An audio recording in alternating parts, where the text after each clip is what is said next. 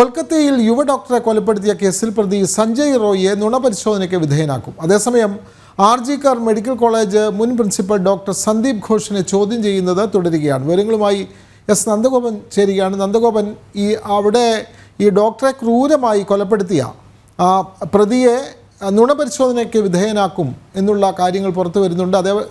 അതേപോലെ തന്നെ ഈ ആർ.ജി. കർ മെഡിക്കൽ കോളേജ് മുൻ പ്രിൻസിപ്പലിനെ ചോദ്യം ചെയ്യലും തുടരുകയാണല്ലോ. കൂടുതൽ വിവരങ്ങൾ. വിനോദ്, കൽക്കട്ട കോടതി ഇപ്പോൾ ഇതുമായി ബന്ധപ്പെട്ട് CBIയുടെ കസ്റ്റഡിയിലുള്ള പ്രതിയെ നുണപരിശോധനയ്ക്ക് വിധേയമാക്കുവാനുള്ള അനുമതി നൽകിയിരിക്കുകയാണ്. ഇതിൻ്റെ തുടർ നടപടികളുമായി മുന്നോട്ട് പോകുമെന്നാണ് CBI വൃത്തങ്ങൾ നൽകുന്ന സൂചനകൾ.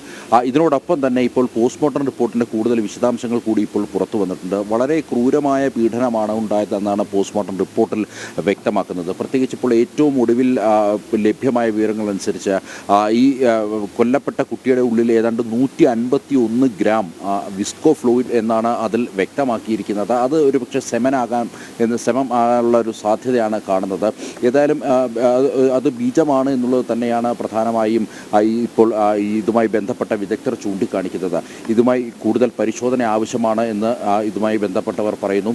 ഏതായാലും കൂടുതൽ പ്രതികൾ ഉണ്ടാകാനുള്ള സാധ്യതകൾ ഇത് സംബന്ധിച്ച് തള്ളിക്കളയാൻ കഴിയില്ല എന്നുള്ളതാണ് ഇപ്പോൾ ഏറ്റവും ഒടുവിലായി ഈ പോസ്റ്റ്മോർട്ടം റിപ്പോർട്ടുകൾ വ്യക്തമാക്കുന്നത്. ഇതിൻ്റെ കൂടി അടിസ്ഥാനത്തിലാണ് ഇപ്പോൾ ഈ കസ്റ്റഡിയിലുള്ള പ്രതിയെ നുണപരിശോധനയ്ക്ക് വിധേയമാക്കുവാൻ വേണ്ടിയുള്ള ഒരു തീരുമാനത്തിലേക്ക് CBI കടന്നിരിക്കുന്നത്.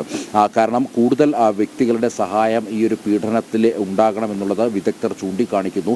പ്രത്യേകിച്ച് ആ കുട്ടിക്കുണ്ടായ പരിക്കുകൾ അത്ര ഭയാനകമായ പരിക്കുകളായിരുന്നു. വലിയ മൽപ്പിടുത്തത്തിനൊടുവിലാണ് ഇത്തരം ഒരു വലിയ ക്രൂരമായ പീഡനമുണ്ടായത്. ആ കുട്ടിയുടെ കഴുത്തിലെ വോക്കൽ കോഡ് പൂർണ്ണമായും തകർന്ന അവസ്ഥയിലായിരുന്നു. അതേപോലെ തന്നെ കഴുത്തിൻ്റെ എല്ലിന് പൊട്ടലുണ്ടായിരുന്നു.